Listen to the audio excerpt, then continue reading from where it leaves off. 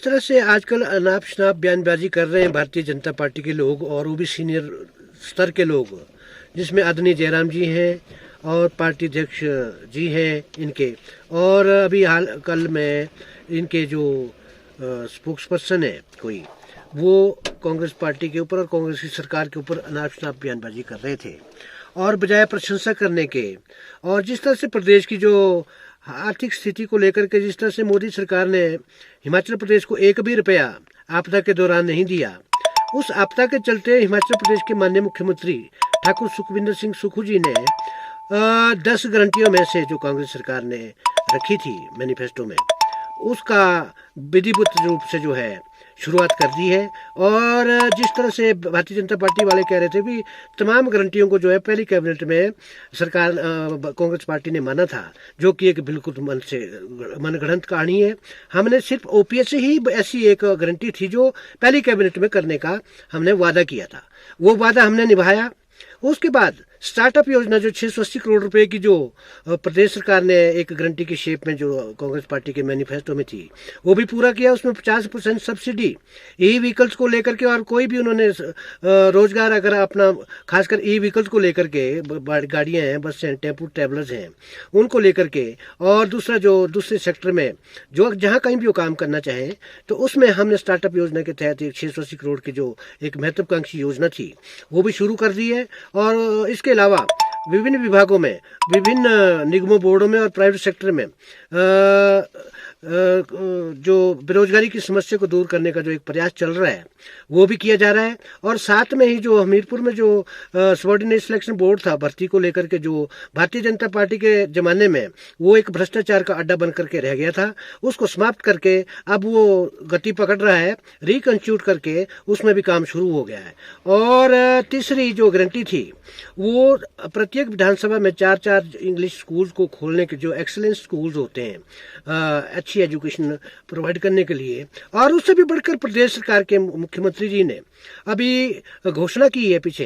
कि पहली क्लास से सरकारी स्कूलों में इंग्लिश मीडियम पढ़ाया जाएगा। और उसके अलावा एक और चौथी जो योजना गारंटी है वो दूध की थी, उसमें गाय का दूध जो है 45 रुपये पर लीटर और भैंस का 55 रुपये लीटर बिकेगा और खरीदा जाएगा किसानों से, और जो जिनके पास पशु हैं, ताकि उसमें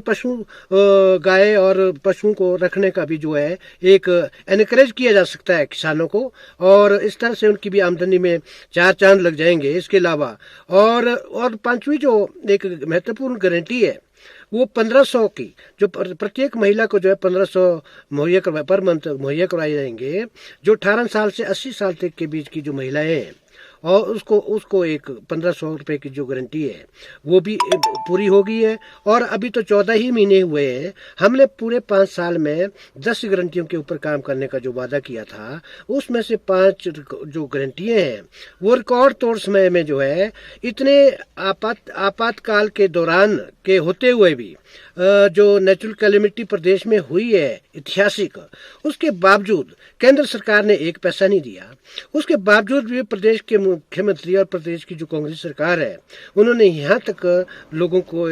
दिलों में राज करने का जो प्रयास उन्होंने उनके जो काम में खरे उतरने का जो प्रयास किया है, वो एक बहुमूल्य जो है कोशिश होगी हमारे प्रदेश सरकार की, जिसे प्रदेश के मुख्यमंत्री बधाई के पात्र हैं। और उसके अलावा मैं तो ये कहूँगा जो चुनाव आने वाले हैं उनको लेकर के जो भारतीय जनता पार्टी लोगों की आंखों में धूल झोंकने का जो प्रयास कर रही है, वो एक देखी दिखाई बात है। और जो लोगों को पता, जो जनता पढ़ी लिखी है, आप ये बताएं कि चुनाव को लेकर के जिन मुद्दों के ऊपर हम लोगों को के बीच में जाएंगे, वो 15 लाख रुपए पर हेड जो आने थे खाते में, वो मोदी साहब ने एक भी वादा नहीं निभाया। 2 करोड़ नौकरियां जो है सरकारी क्षेत्र में मुहैया करवानी थी पर ईयर, वो आज तक नहीं हुआ। और उसके अलावा जो देश में इंफ्रास्ट्रक्चर जो देश में बनाया हुआ है, जो बड़े बड़े प्रतिष्ठित जो प्रतिष्ठान देश की कांग्रेस की सरकारों ने बनाई है, उसको बेचने का प्रयास अवश्य में जो है मोदी साहब कर रहे हैं। उसके अलावा जो है धर्म के नाम पर, जाति के नाम पर बांटना, और ये जो दूसरी चीज है, मैं ये भी कहना चाहता हूँ, आज जो ईवीएम का जो मुद्दा है मैं आपके लोकप्रिय चैनल के माध्यम से मोदी साहब को और भारतीय जनता पार्टी को एक चैलेंज देना चाहता हूं। ये चाहे मेरा निजी चैलेंज मान लो, चाहे पार्टी की तरफ से मान लो, कि अगर दम है तो आप बैलेट पेपर पे चुनाव करवा के देखें। आज संवैधानिक संस्था चुनाव आयोग जो है क्यों सुस्त है, क्यों किसके इशारे पे काम कर रहा है? वो तो फ्री है। उनको क्यों देश की जो पब्लिक आज हड़ताल पे है दिल्ली में कि ईवीएम को लेकर के, जब वेरीफाई हो गया कि भी ईवीएम हैक हो सकती है, तो इस चीज को लेकर के इसके ऊपर काम करना चाहिए। जो देश की जनता चाहती है, जनता से ऊपर कोई नहीं है, जनता ही राज करती है। जनता की सरकारों द्वारा जो है जनता के हित में जो फैसले लिए जाना चाहिए, जो जनता चाहती है वो ही होना चाहिए। भी दिक्कत क्या है बैलेट पेपर पे चुनाव करने की? वर्ल्ड की किसी भी कंट्री में जो है बैलेट पेपर पे चुनाव होते हैं। जिस कंट्री ने, यानी कि जापान ने ईवीएम मशीन बनाई थी, वो खुद बैलेट पेपर से चुनाव करवा रहे। तो ये बहुत सोचने वाली बात है। और नूपुर कमीशन ने भी